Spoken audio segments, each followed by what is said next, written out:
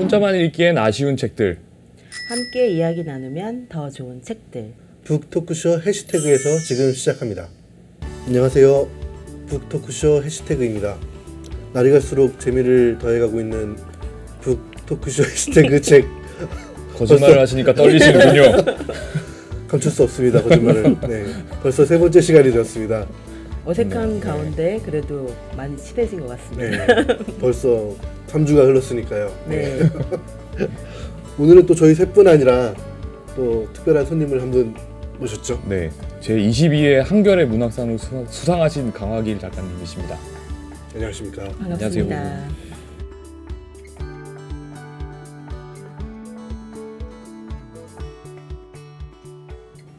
오늘 강 작가님을 모신 이유는 한겨레 문학상 수상작인 다른 사람에 대해서 저희가 같이 얘기를 나눠보기 위해서 모셨습니다. 이제 정말 많이 바빠지셨을 것 같은데요. 상을 받은 이후로 굉장히 많은 인터뷰 요청과 또 삶의 변화가 많이 오셨을 것 같아요.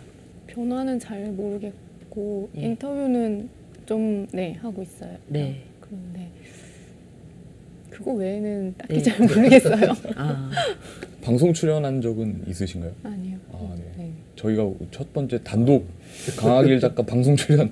영광입니다. 영광입니다. 네. 일단 제목 이야기를 먼저 물어보고 싶어요. 다른 사람이라는 제목을 정하게 된 이유? 몇 년도는지 정확히 기억은 안 나는데 이제 단편에서 사람이라는 부제를 붙인 이야기를 쓰기 시작했거든요. 네. 장편을 좀 써봐야겠다 좀 그런 생각이 들어서 이제 천천히 쓰기 시작했는데 아무래도 사람 시리즈의 연장에서 계속 그런 이야기들을 계속 생각을 하다 보니까 장편도 조금 확장된 세계관 안에서 좀 쓰게 되더라고요. 비록 그 단편 연작과 딱 맞아 떨어지는 건 아니지만 쓰고 있고 제가 지금 관심 있어 하고 있는 어떤 주제와 맞닿아 있다 생각이 들어서 이 소설의 제목도 사람이 들어가면 좋겠다 그런 생각을 했고 처음부터 제목을 정한 건 아니었고요. 다 쓰고 나니까 이 책의 제목은 다른 사람이었으면 좋겠다라는 생각이 들어서 저는 사실 제목을 항상 마지막에 정하는 편이거든요. 네. 그래서 이 책의 제목도 다른 사람이 되었고 처음에 탈곡하셨을 때 이미 유리의 실습 작품 제목은 다른 사람이었던 건가요? 네, 네. 근데 그때까지는 제목으로 의도하신 건 아니고요. 네. 이제 좀 반복되는 그런 건 있었죠. 쓰면서 이제 진아나 수진이나 유리가 계속 다른 사람에 대해서 언급하고 좀 그런 거에 대해서 생각하고 이게 제가 쓰면서도 이 어휘가 반복이 된다는 거 이제 스스로 느끼고는 있었는데 이제 마지막에 유리의 이야기를 마무리 짓고 났을 때 이 책의 제목이 다른 사람이 되면 좋겠다라는 좀 그런 생각이 들었던 거죠.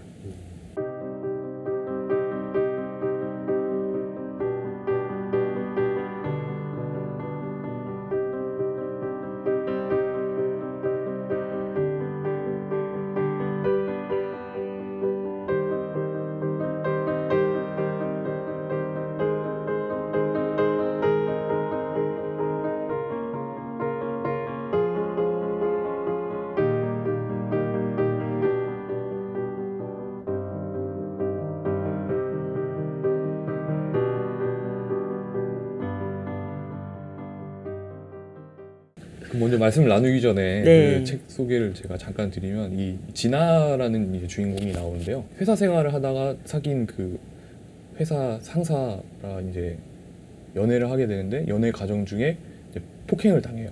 그래서 폭행을 당하는 이야기를 그 인터넷 공간에 올리거든요. 그 인터넷 공간에 올렸는데 또 다른 여직원이 그것에 대해서 저 여자가 이상한 여자다라는 식으로 그것을 뒤집는 느낌의 그런 내용의 글을 올리고 또 실명과 뭐 회사 이런 것들이 나오면서 그 진아라는 이 주인공이 이제 회사도 못 나가고 거의 뭐 3달째 이제 집에 이렇게 앉아서 자기 이름이 나오는 글들을 막 검색하고 그런 일들만 되게 계속 반복하고 있는 상황에서 또 트위터가 이렇게 올라오는 걸 발견해요. 그래서 김진아는 거짓말쟁이다, 진공청소기 같은 년, QW1234라는 이런 알 수 없는 아이디와 함께 이런 트위터가 올라오는데 이 트위터의 내용은 분명 나를 아는 상황에 그때 대학 시절에 나를 아는 사람, 내 주변에 있던 사람이다. 그래서 이 사람이 누군지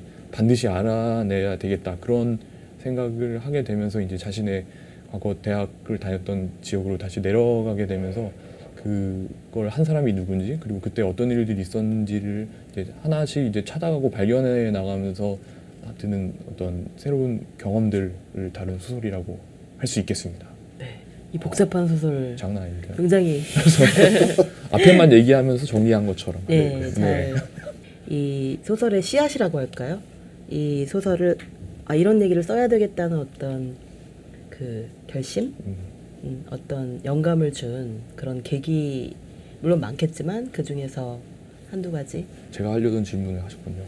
많지 않은 질문. 독자들이 많이 궁금해하실 하나를 것 같아서. 가져가셔서. 네. 사실 특별한 사건은 없었고요. 없었는데 그냥 어느 날 제가 너무 많이 알고 있다는 생각이 들었어요. 그러니까 특별한 어떤 사건은 없어도 저는 너무 많이 알고 있는 거예요. 근데 그거를 쓰기 시작하기 전에 알았다는 게 아니라 이런 이야기를 쓰려고 한 마음을 먹고 이제 써보기 시작했는데 네. 그냥 할 말이 너무 많더라고요. 처음 초고는 한 1,500매 정도 됐던 것 같아요. 처음에. 그럼 거의 한 3분의 1 정도는 쳐내신 네, 거네요. 네. 네.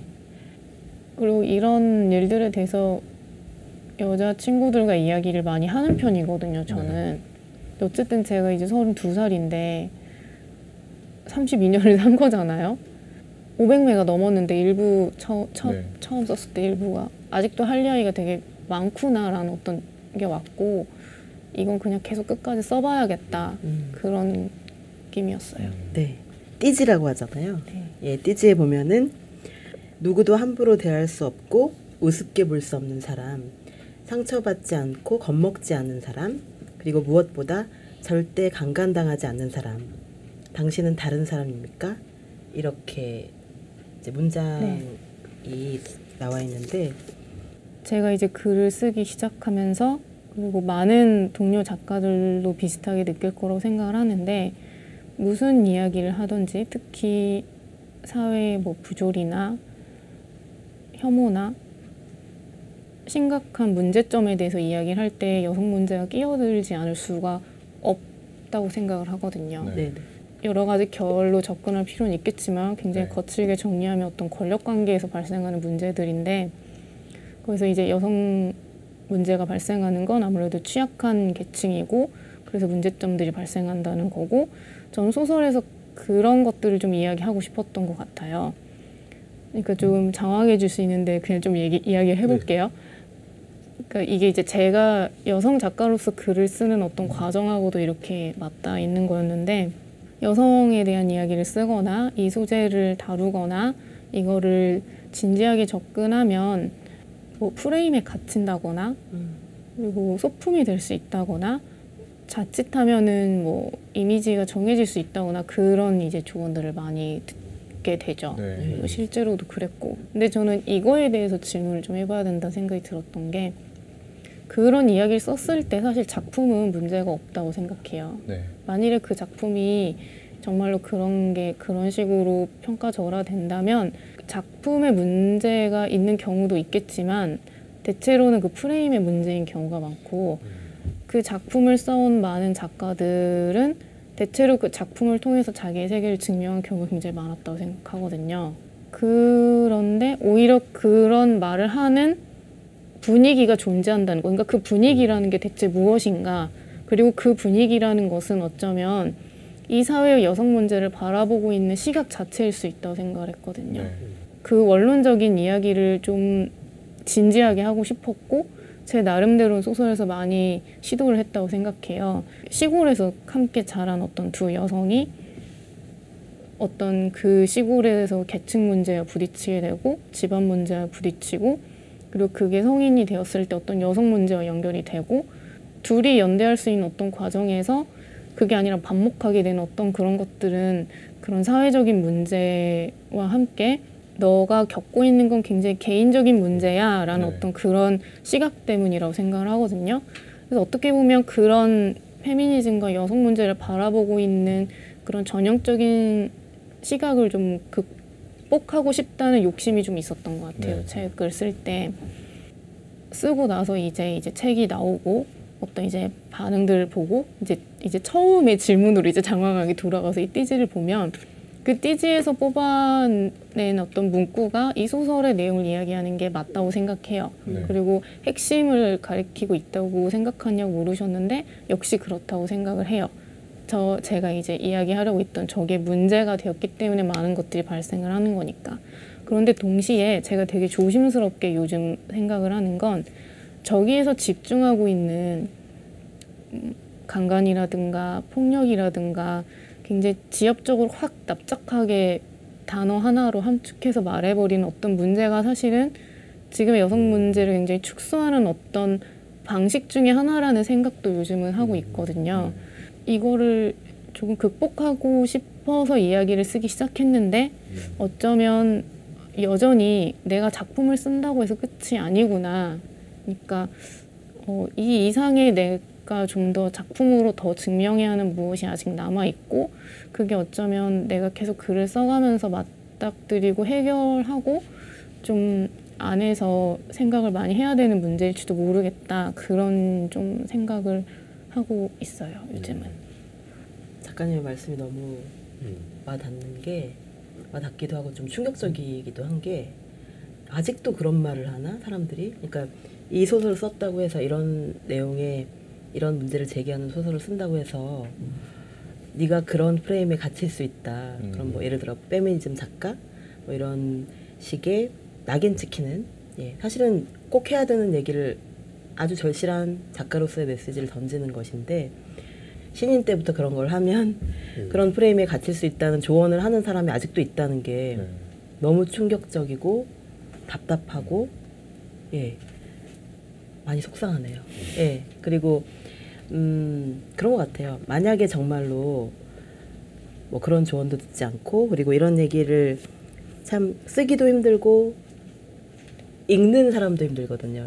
읽기도 힘들고 고통스럽지만 우리가 알아야 하는 우리들의 이야기를 읽고 쓸 때 전혀 힘들거나 아프지 않다면 그건 문제가 아닌 거잖아요. 그러니까 겪어야 될 아픔을 아주 한 번에 세게 겪고 계시다는 생각도 들고 그래서 좀 뭔가 막 울컥하는 그런 게 좀 느껴져서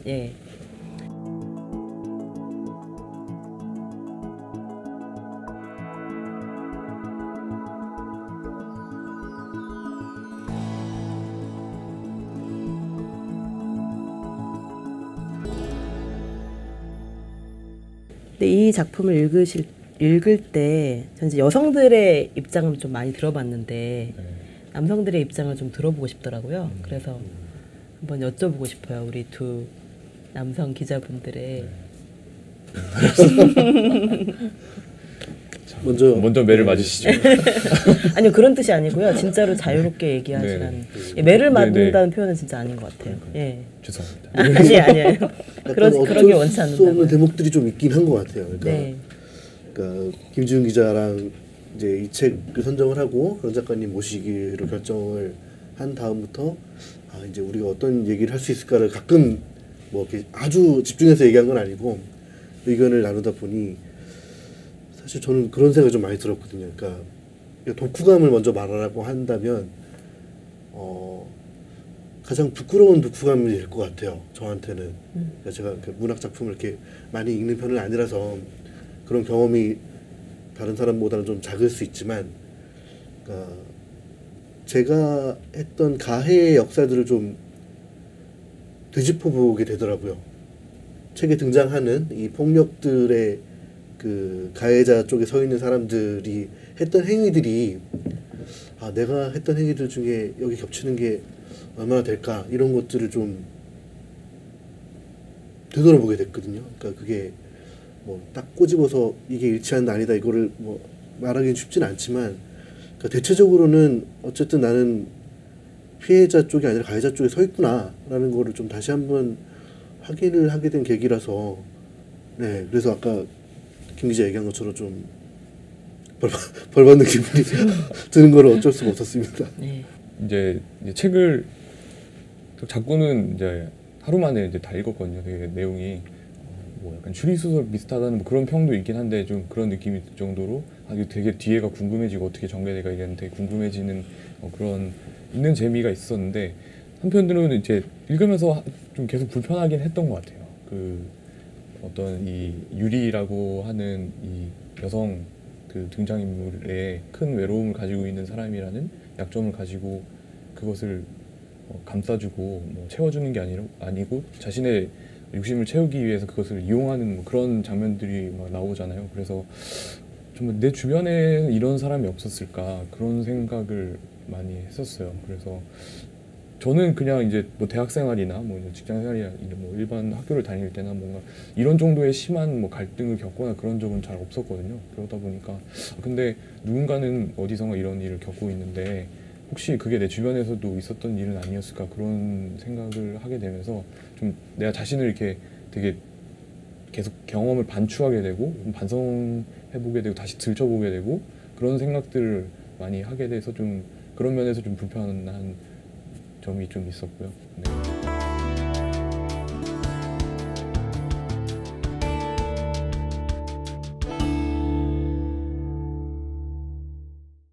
영빼미의 최전선이라고 네. 돼 있는데 좀 영빼미라고 하는 게 이렇게 좀 줄여 쓰는 것도 저도 좀 안 좋아하긴 하는데 영페미니즘과 그냥 페미니즘의 차이가 뭔지 이걸 제가 어떻게 답을 알고 있는지 잘 모르겠어요. 네. 저는 이 책을 내고 이 단어를 접했어요. 그래요? 네.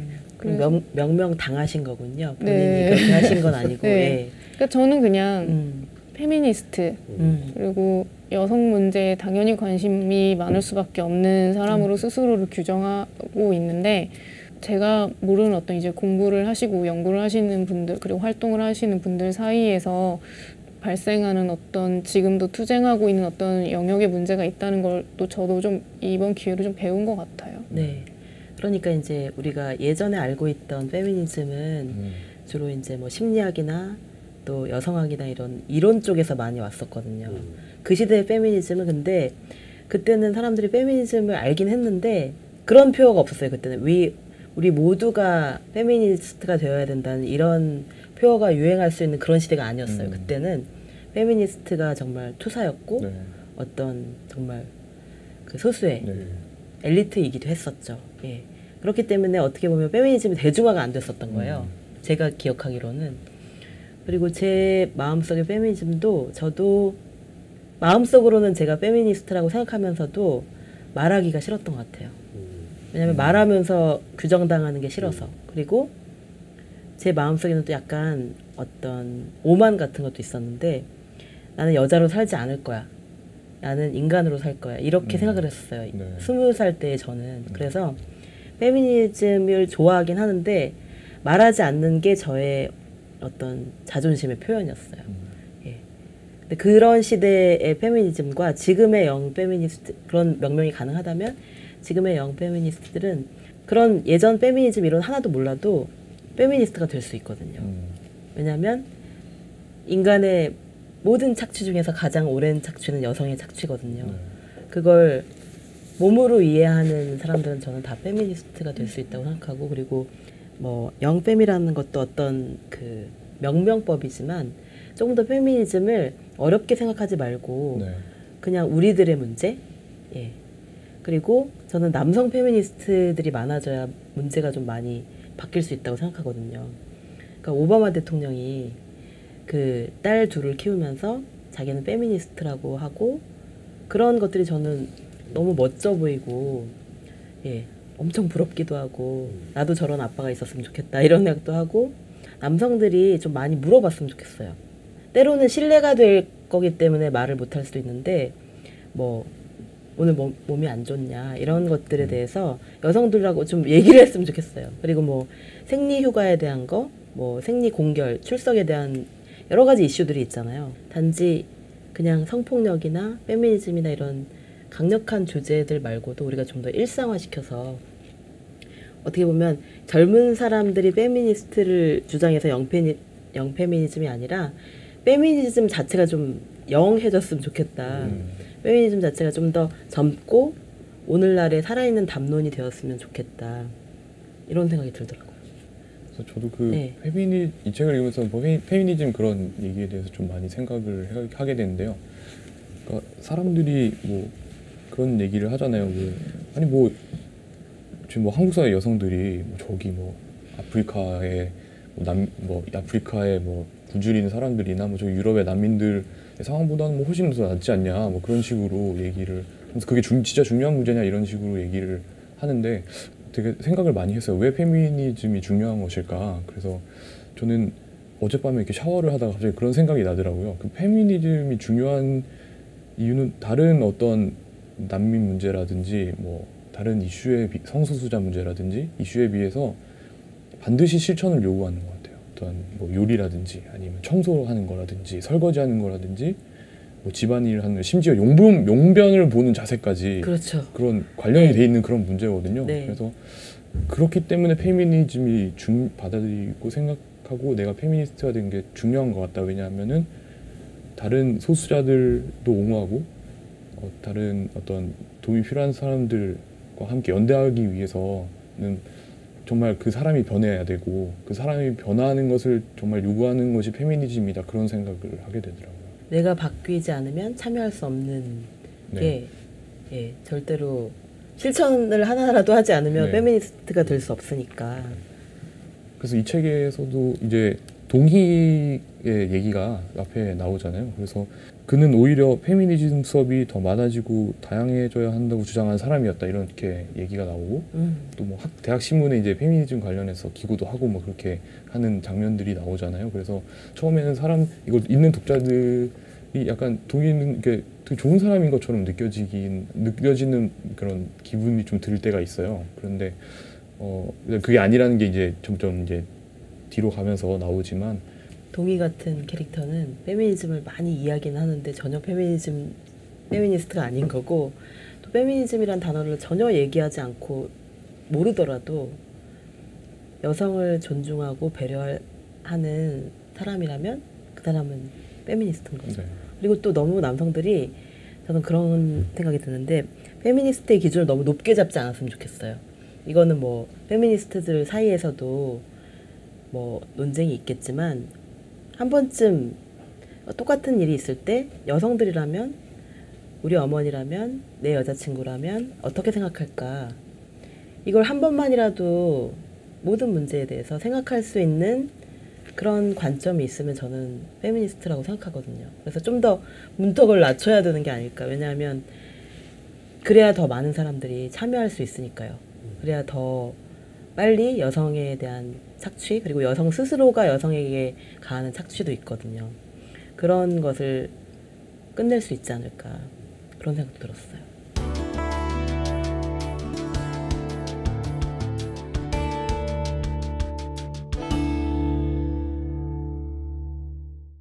저는 이 소설의 등장인물들을 이제 만들어내는 과정이 좀 궁금했거든요. 예를 들면 이미 얘기 나온 이제 동희 캐릭터 같은 경우에 이 사람이 어떤 사람인지 잘 모르겠는 사람이더라고요. 소설을 다 읽고 나니까 이게 이렇게 해석해도 되는지 모르겠습니다. 근데 저한테는 그게 이제 이게 이런 게 그 한국사 여성들이 느끼는 가해자의 형상일까 이런 생각을 좀 했는데 그러니까 동희에 대해서는 동희의 시점으로도 막 얘기가 나오고 동희에 대해서 여러 사람들이 얘기하는 게 나오는데도 동희는 어떤 사람인지 이거 잘 모르겠더라고요. 저는. 그래서 그런 부분들이 되게 좀 이 인물의 미스테리함과 오히려 현실의 픽션함과 이런 걸 같이 드러내고 있다고 좀 생각을 했는데 혹시 등장인물들을 이제 만들어낼 때 좀 특별히 신경을 쓴 대목들이나 그런 게 좀 있나요?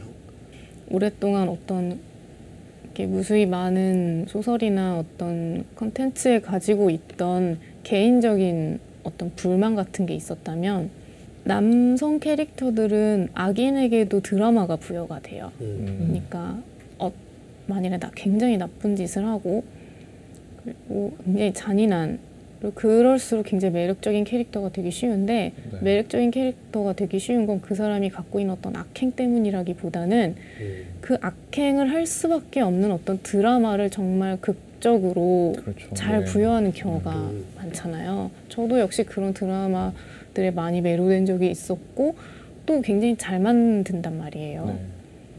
그런 반면에 여성들은 옳은 일을 하려는 어떤 여성 캐릭터가 있다 해도 만일에 실패한다면 굉장히 참혹한 현장이 내던져지는 경우가 많아요. 그러니까 뭘 자극한다는 생각이 들었냐면 그 여성들의 신체나 정신이 학대당하는 어떤 장면을 통해서 그 여성이 당하고 있는 어떤 부조리를 보여준다고 말은 하지만 사실은 그 장면이 더 중요하다는 생각을 할 때가 있었어요. 굳이 관음증적인 시선. 네, 저걸 이겠죠. 보여주지 네. 않아도 저 여자가 잔인하게 죽을 걸 알고 있단 말이에요. 네. 저도 그렇고. 네. 그러니까 저는 뭐 매드맥스 같은 영화의 좋은 점은 그런 장면이 등장하지 않아도 어떤 일을 당했는지 다 보이잖아요. 네. 다 알려주잖아요. 대신 그 잔인한 장면을 삭제한 대신 다른 장면을 넣어버림으로 해서 그 여성들에게 드라마를 주잖아요. 저는 그런 일을 그런 작업을 좀 해보고 싶었던 것 같아요. 네. 개인적으로. 그게 저의 1차적인 목적이었기 때문에 여성 캐릭터들에 대해서 좀 생각을 많이 했어요. 이렇게 인물을 짤 때. 그래서 진아가 당연히 중심 인물이어야만 했고 동희에 대해서 고집을 부린 부분이 하나 있는데 동희를 이해할 수 있었으면 좋겠다는 피드백들이 좀 있었어요. 근데 그렇게 하기 싫었던 것 같아요. 더 이상 이 동희라는 어쨌든 제 소설에서는 굉장히 명백한 사건의 중심 인물인데 이 인물에게 제가 드라마를 부여를 함으로 해서 이 인물의 악행을 설명해 줄 이유가 있을까? 좀 그렇게 생각을 했고 네. 동희 부분은 거의 이제 나중에 퇴고할 때도 거의 고치지 않았던 것 같아요. 저는 오히려 그렇게 함으로 해서 말씀해 주신 동희가 알 수 없는 어떤 인물로 남은 게 어떻게 보면 제 소설에서 되게 성공적인 부분이 아니었을까 저는 개인적으로 생각을 하거든요. 왜냐하면 피해자 입장에서 가해자는 당연히 그런 사람일 수밖에 없을 것 같아요. 도대체 왜 그런지 네, 모르겠어요. 이 사람이 네. 좋은 사람이고 나쁜 사람이고가 중요한 게 아니라 이 사람이 나에게 무언가를 했는데 그 했다는 것 자체가 중요하잖아요. 제 소설에서 잘못하면 굉장히 논점이 흐려질 수 있는 부분 중에 하나가 또 가해자와 피해자 사이는 모호하다. 가해자 피해자에게 설명이 그런 문제라고 생각하는데 그건 부차적인 문제고 그런 이제 물을 흐릴 수 있는 그런 논점 이전에 존재하는 어떤 명백한 사건이 있다는 거죠. 저는 동희를 그 사건의 중심 인물로 설정하고 싶었고 저한테는 굉장히 많은 캐릭터성을 부여한 어떤 이 이야기에 걸맞게 그런 캐릭터였던 것 같아요. 네, 그 인물 하나만 더 여쭤보시는데 그 다나라는 캐릭터가 나오잖아요. 누구요? 다나. 다나요? 네. 네. 지나치고 저는 다나도 되게 그러니까 주변 인물로 나오긴 하는데 굉장히 흥미로웠던 점이 주인공인 진아와 가장 친한 친구 관계지만 다나야말로 이 소설에서 가장 평면적인 인물로 나오거든요. 그러니까 계속 주인공 옆에서 있긴 하지만 절대로 이 세계를 공유하지 않는 그런 캐릭터라서 같은 여성으로서 이제 뭐 수진과 진아 사이에서는 그런 반목에도 불구하고 그런 게 형성이 된 반면에는 다나는 끝까지 거기에 참여를 하지 않잖아요. 그것도 혹시 의도를 하신 부분인가요? 네, 그것도 그러니까 진아는 인간관계에서 굉장히 많은 실패를 한 사람이기 때문에 진아가 그래도 딱 하나의 어떤 성공한 인간관계가 있어야만 그 부분으로 나아갈 수 있다는 생각을 했던 것 같아요. 그러니까 정말로 진아에게 오로지 실패만 있다면 그런 용기를 낼 수 없지 않을까? 조금 인물을 만들면서 그런 생각을 했었고 어떻게 보면 좀 판타지적인 인물이라고 저는 생각을 해요. 류영규와 비슷하게. 근데 그런 인물이 존재했으면 좋겠다고 생각을 하고 다나는 진아를 통해서 굉장히 많은 이야기를 다 들을 거예요. 다 듣지만 이 이야기를 말씀해 주신 대로 공유하지는 않는 거죠. 진아가 이제 진아의 사건이고 진아의 문제이기 때문에 어디까지나 진아가 해결해야만 하는 문제인 거예요. 이것들은. 다나가 같이 가서 탐문을 하거나 조수처럼 그렇게 하지 않는 건 이건 어쨌든 진아가 짊어져야 되는 문제인 거고 진아가 직면해야 하는 것이고 사과도 진아가 해야 되는 것이고 해결도 진아가 해야 되는 것이고 하지만 다나는 옆에는 있을 거라는 거죠. 그게 저한테는 좀 중요한 관계였던 것 같아요. 이 이영이라는 이 여대생 제자가 김동희라는 그 대학 강사를 이제 학교에 고발을 한 거죠. 그 김동희의 입으로 전해지는 사건이 있잖아요. 그래서 뭐 이렇게 격려한다고 해서 좀 툭친 거다. 근데 저 여자애는 해고를 원한다는 거예요. 그래서 그거를 딱 읽었을 때 뭐 지금 얘기하는 저도 약간 용기가 필요한데 좀 이상하다는 생각이 좀 들더라고요. 어떻게 등을 쳤는데 해고까지 이제 요구를 하는 걸까? 그래서 근데 이제 그게 이제 좀 뒤로 가면 그런 만한 문제가 있었다는 걸 느끼게 되잖아요. 뒤로 갈수록 알게 되는데 그래서 약간 작가님이 좀 그동안 자신이 가지고 있던 관점을 좀 반성하게 하는 지점을 만들어 놓은 포인트를 만들어 놓은 건 아닐까 그런 생각을 했어요. 그래서 거기서 이제 김동희 쪽에 어떤 좀 이렇게 공감하고 그 시각을 진실이라고 받아들이는 사람이들이 나중에 이제 뒤에 가서 어떤 새로운 깨달음을 얻고 부서지는 거잖아요. 그래서 그런 경험을 겪게 하기 위해서 그 부분을 이렇게 묘사한 것이 전개한 것이 아닐까 그렇게 생각했는데 제가 맞는 걸까요? 그래서 어쨌든 이건 소설이잖아요. 제가 뭐 누구를 반성시키려고 하거나 누군가를 굉장히 뭐라고 하려고 쓴 어떤 그런 것이 아니라 이제 소설이었기 때문에 진실에 관한 이야기를 쓰고 싶었고 그렇다면 뭔가 전복되는 스토리가 필요했는데 서로 이제 서로 자기의 입장을 이야기하면서 독자는 아마 저 또한 그랬고 이 진실을 바라보는 독자의 새로운 경험이 생겨날 수 있는 어떤 그런 결말로 나아가고 싶었기 때문에 네, 그 부분을 일부러 앞에 배치한 거는 이제 맞는 거죠. 작가님을 모시고 얘기하니까 약간 그런 기분이 들어요. 이 작품의 신을 모시고 제 생각이 맞는지 말씀해 주십시오.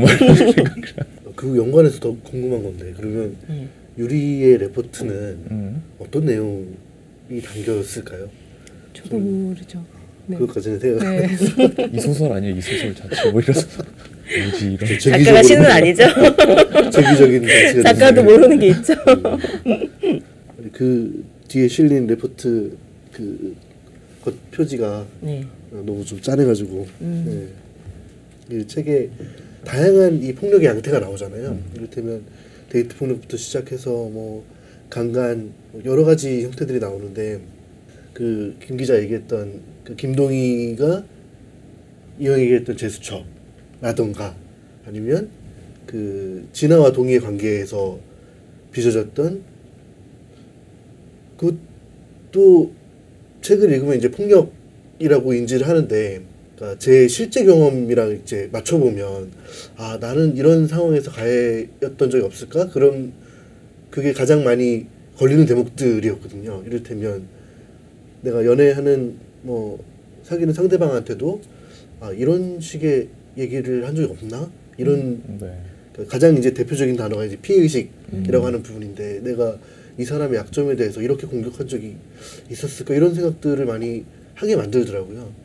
그 가장 이제 인상적이었던 거는 그 폭력의 여러 층위 중에 가장 사람들이 아무것도 아니라고 생각하는 것도 엄연한 폭력이고 그게 이 사람에게 미치는 영향이 이 정도의 다 이런 부분들은 잠재적인 가해자인 남성들한테는 정말 별로 그동안 생각을 많이 깊게 안 해봤었을 만한 얘기들이라는 생각을 좀 했었어요. 잠재적인 가해자라는 표현이 너무 무섭다. 잠재적인 가해자라는 표현을 근데 꽤 쓰더라고요. 네. 그 말들 되게 싫어하죠. 예, 그게 너무 좀 남자들은. 들을 때마다 네. 깜짝 놀라요. 좀 그렇게 이해해야 될 것 같아요. 잠재적인 가해자라는 게 네.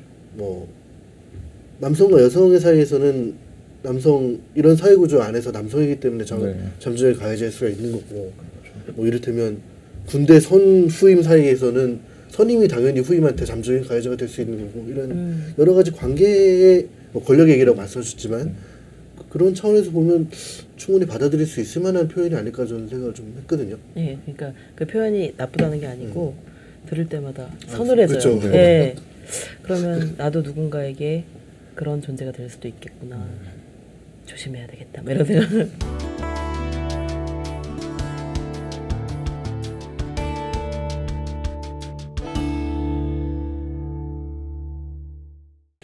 작가님은 어떤 그 여성의 아픔과 어떤 상처에 대한 이야기들 중에서 뭐 특히 영화나 드라마나 이런 것들 중에서 어떤 걸 좋아하시는지 저는 궁금하더라고요. 저는 이런 질문 갑자기 받으면 네. 아무것도 생각이 안 나요. 아, 좋아하는 건 있는데 갑자기 네. 엄청 많다 많으니까. 보니까 네. 고르기가. 근데 넷플릭스의 굉장한 애청자인데 제가 좋아하는 건 제시카 존스란 드라마예요. 아, 예. 여러 가지로 저한테 되게 충격적인 작품이었는데 일단 여성 히어로가 주인공인데 그렇죠.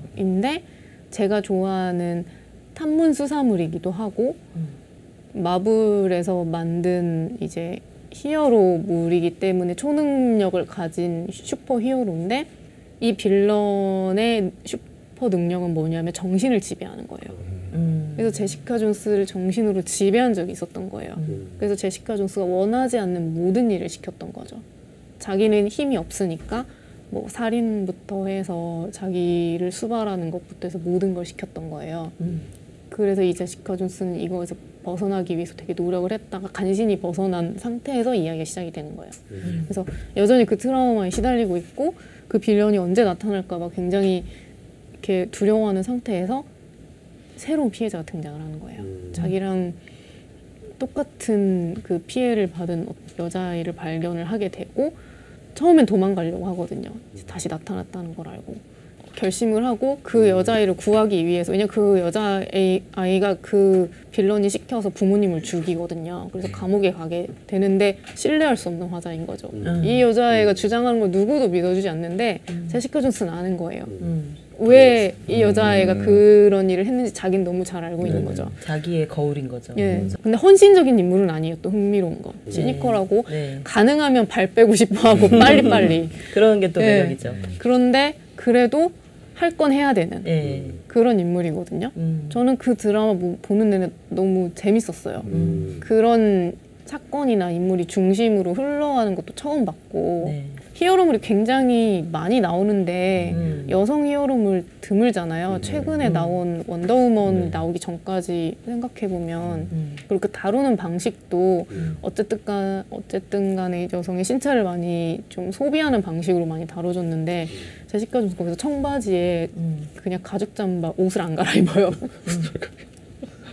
그 옷을 입고 멋지네요. 계속 그냥 돌아다녀요. 그냥 네. 뭐 스카프 하나 쓰고. 그래서 보는 내내 좀 이 드라마 좀 정성스럽게 만들었다는 느낌을 많이 받았고 이제 보는 입장에서 각본 같은 것도 마블의 다른 좋았고. 히어로물과 굉장히 다르네요. 엄청 달라요. 예, 전 마블의 다른 그 히어로물도 특히 남성 중심적인 그런 걸 보면은 보다가 좀 끝까지 못 보고 약간 책상에서 그만둘 때가 많은데 제시카 존스는 꼭 봐야 되겠네요. 네. 예, 그 왜 요새 피해자와 생존자의 차이에 대한 이야기들을 이제 많이 나오고 있잖아요. 그래서 위안부 할머니들의 문제가 그분들은 피해자가 아니라 생존자다. 그냥 피해자이기 때문에 계속 어떤 핍박받는 이미지, 고통받는 이미지 이런 걸로 이렇게 결정이 돼버리는 그런 면이 있지만 생존자라고 했을 때는 그 모든 고통에도 불구하고 지금 살아남았다는 거 그리고 피해자 가해자의 어떤 이분법에 갇힌 그런 존재가 아니라 우리와 함께 살아가는 사람이라는 거 공존하고 있는 사람들의 한 사람이라는 그런 느낌이 더 커뮤니티의 공동체의 일원이라는 느낌이 더 많이 들어서 저는 그 말의 차이가 굉장히 크다는 생각이 들었거든요. 피해자와 생존자. 우리의 진화는 생존자죠. 무슨 일을 겪었던 간에 어쨌든 네. 삶은 계속 되는 거잖아요. 네. 어떤 일을 겪었을 때 내가 잘 살아야 되고 그건 이제 내 삶의 주도권을 내가 갖고 있다는 뜻이고 커피 한 잔을 마셔도 내가 선택해서 마실 수 있는 거여야 된다는 거죠.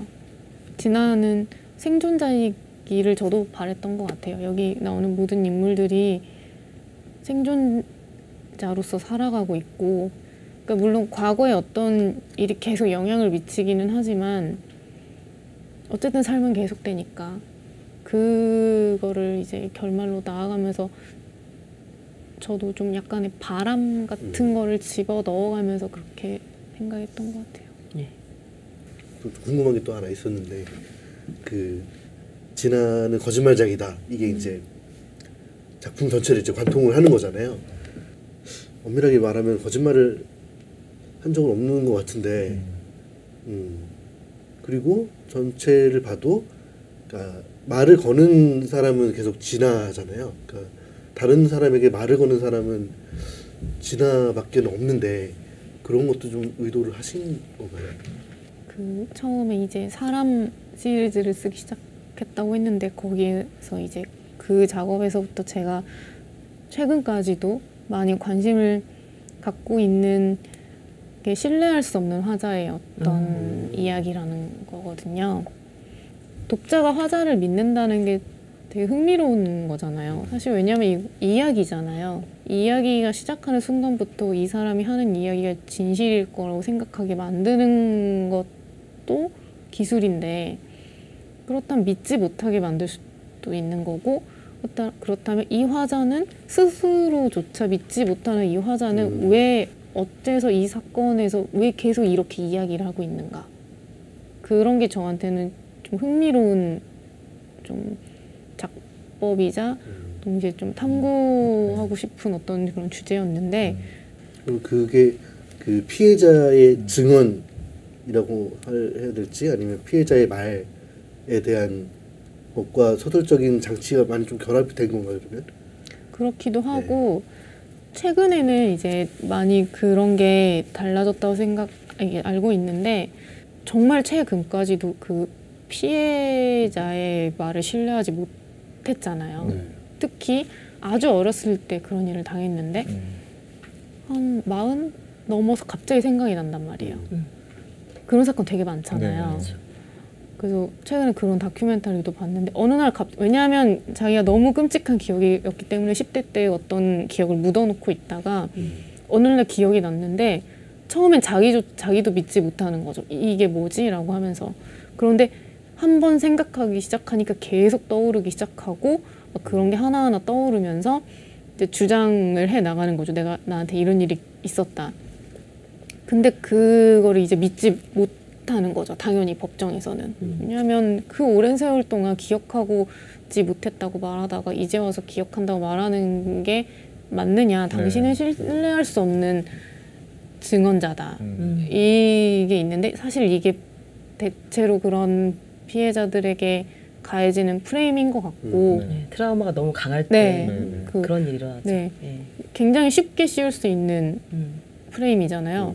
물론 현실적으로 법정에서는 증거가 정확해야 되고 왜냐하면 어쨌든 구형을 하는 거니까 정확한 증거와 정황만으로 내릴 수 없는 어떤 그런 것이 분명히 존재하기 때문에 더 확실하고 분명한 걸 원하는 건 맞죠. 근데 이제 피해자 입장에서는 그건 굉장히 피해자는 난데 나를 질책하고 나를 이렇게 수사하는 것 같은 이제 그런 압박감에 시달리면서 내가 믿을 수 없는 사람인가를 다시 한번 뒤집어 쓰게 되는 경험이 되는 거잖아요. 결국에 이 소설에서도 그 유리라는 인물이 기록을 해 나간 거는 그걸 알고 있었기 때문이고 그 말씀해주신 그런 부분들을 제가 반영한 건 맞죠. 그런 화자의 문제와 결합해서. 그러니까 이게 트라우마의 본질과 연관이 된 것 같아요.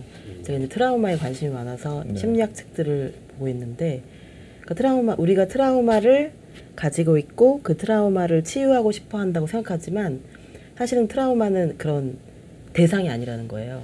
그러니까 내가 트라우마를 소유하고 있는 것이 아니라 트라우마가 나를 소유하고 있다는 거죠.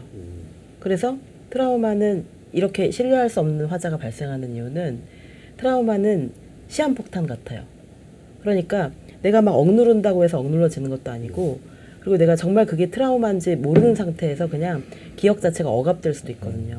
그런 걸 암묵기억이라고 하는데 분명히 내가 당한 일이고 내 무의식에서는 기억을 하는데 의식적으로는 이걸 계속 누르는 거죠. 그래서 기억 자체를 못한다고 생각을 하는 거예요. 그런데 트라우마는 시한폭탄은 시한폭탄인데 아무도 언제 터질지 모르는 시한폭탄인 거예요. 그 트라우마와 관련된 어떤 그 자극적인 이미지나 뭔가 관련된 결정적인 증거 같은 걸 봤을 때 그리고 비슷한 트라우마 상황이 닥쳐올 때 주로 폭발하거든요. 이거는 법리적인 문제를 우선 떠나서 심리적으로 왜 요새 심리부검이라는 게 있잖아요. 그런 식으로 밝혀야 되는 거죠. 아주 아이였을 때는 왜 성폭력이 뭔지도 모르고 그런 단어 자체를 모를 때 네. 당했던 거 그런 것들은 나중에 커서 그게 뭔지를 알게 될 때 더 강력하게 그 사람의 인생을 파괴할 수 있거든요. 그러니까 이 트라우마의 치유라는 건 어떻게 보면 평생 이루어져도 모자란 것인데 저는 이제 이 소설의 인물들이 진아뿐만이 아니라 많은 사람들이 수진도 그렇고 정말 강력한 하고 적극적인 어떤 도움이 필요하다는 생각이 들었어요. 서로가 서로에게. 그리고 뭐 때로는 전문가의 도움이 필요할 수도 있고 그리고 저는 제일 중요한 거는 내 상처를 바라보는 나의 시선이라는 생각이 들었거든요. 정말 아프고 힘든 이야기를 소설로 쓸 수 있다면 그건 반 이상은 치료된 거라고 보더라고요. 근데 너무 고통스럽고 아예 정리도 안 되고 이렇게 스토리텔링 자체가 안 된다면 그건 이제 트라우마에 갇혀 있는 거거든요. 그러니까 뭔가를 이야기 가능한 것으로 만드는 것, 그래서 그걸 누군가에게 전달할 수 있는 상태로 만드는 것 그 자체 그 과정이 너무 힘든데 그 과정을 거쳐야만 치료가 시작될 수 있다는 생각이 들었어요. 그래서 다른 사람은 또 다른 이야기의 시작일 수도 있겠구나 그런 생각도 들더라고요.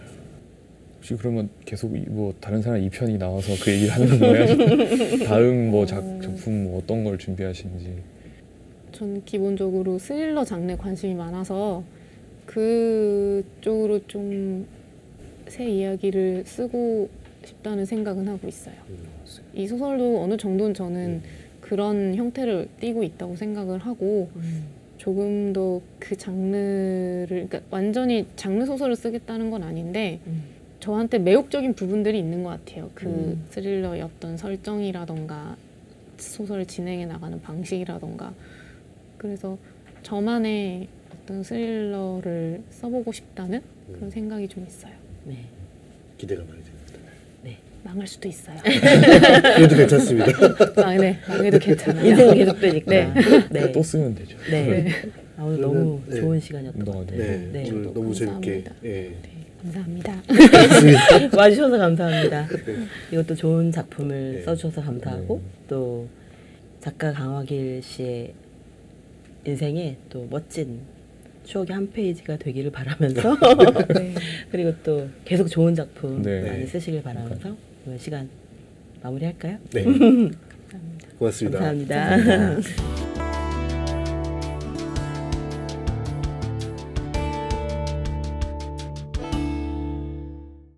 오늘은 특별히 저 작가님을 모시고 함께 이야기 나누는 시간을 가졌습니다.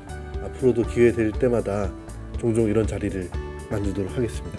잠시 전해드릴 말씀인데요. 저희 프로그램 해시태그 책은 유튜브와 페이스북 페이지 그리고 팟캐스트로도 나오고 있습니다. 그 의견이나 시청 소감, 뭐 추천 도서를 남겨주시면 저희 같이 이야기해보는 시간을 가지도록 하겠습니다. 주소는 아래로 나가고 있다고 하네요. 그럼 오늘은 이만 여기서 마치도록 하겠습니다. 다음 주에 또 다른 책으로 다시 찾아뵙겠습니다. 감사합니다. 감사합니다.